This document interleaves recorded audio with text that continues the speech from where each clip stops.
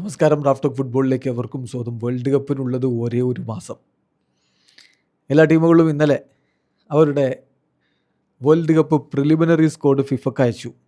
അപ്പോൾ ഒരു European team World കപ്പിൻ്റെ ഫൈനൽ സ്ക്വാഡ് തന്നെ അങ്ങ് പ്രഖ്യാപിച്ചു. ഈ വേൾഡ് കപ്പിന് ആദ്യമായി സ്ക്വാഡ് പ്രഖ്യാപിക്കുന്ന രാജ്യമായിട്ട് അവർ മാറിയിരിക്കുന്നു. യൂറോപ്യൻ രാജ്യം. യെസ് അത് ബോസ്നിയ ആൻഡ് ഹെർസാഗോവിനയാണ്. അവരവരുടെ സ്ക്വാഡ് പ്രഖ്യാപിച്ചിരിക്കുന്നു. അവരുടെ ലെജൻഡ് എഡിൻ സെക്കോയെ സ്ക്വാഡിൽ ഉൾപ്പെടുത്തിക്കൊണ്ടാണ് 26 അംഗ സ്ക്വാഡ് ഇപ്പോൾ ബോസ്നിയ ആൻഡ് ഹെർസാഗോവിനയുടെ കോച്ച് സെർജി ബാർബറേസ് പ്രഖ്യാപിച്ചിരിക്കുന്നത്. ബോസ്നിയ ആൻഡ് ഹെർസാഗോവിന വേൾഡ് കപ്പിൻ്റെ ഗ്രൂപ്പ് ബിയിലാണുള്ളത്. കാനഡ, ഖത്തർ, സ്വിറ്റ്സർലൻഡ് ടീമുകളാണ് അവർക്കൊപ്പം കളിക്കുന്നത്.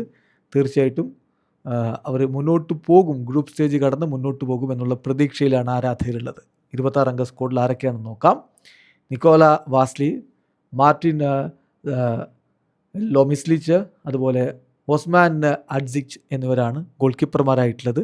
പേരിൻ്റെ അവസാനമൊക്കെ കിച്ച് ഇച്ച് എന്നൊക്കെ ഉണ്ടാവും. അത് ബോസ്നിയ ആയതുകൊണ്ട് അങ്ങനെ എടുക്കുക. ഓരോ സ്ഥലത്തെ പേരുകൾ ആ രൂപത്തിലാണല്ലോ, അപ്പോൾ അത് ആ രൂപത്തിലെടുക്കുക. പിന്നെ സയ്യിദ് കൊലാസിനാച്ച്, നമുക്കറിയാം അദ്ദേഹം വമ്പൻ ക്ലബ്ബുകളിലൊക്കെ കളിച്ചിട്ടുള്ള കളിക്കാരനാണ്.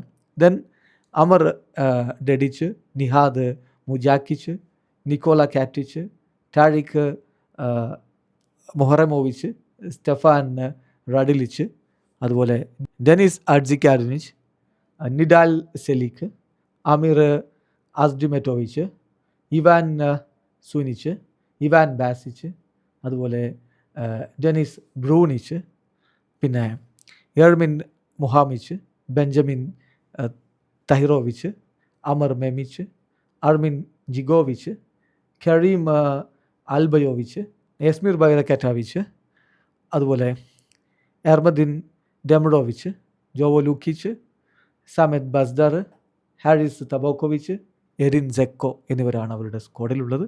ഏതായാലും ഇത്തവണ അവർ ഗ്രൂപ്പ് ബിയിൽ നിന്ന് മുന്നോട്ട് കയറുമെന്ന പ്രതീക്ഷയിൽ ആരാധകർ കാത്തിരിക്കുന്നു. അവരുടെ പ്രകടനം നിങ്ങൾക്കറിയാമല്ലോ. വേൾഡ് കപ്പിൻ്റെ ഇറ്റാലിയൻ മോഹങ്ങൾ, വേൾഡ് കപ്പിലേക്ക് എത്താനുള്ള ഇറ്റാലിയൻ മോഹങ്ങൾ വേൾഡ് കപ്പ്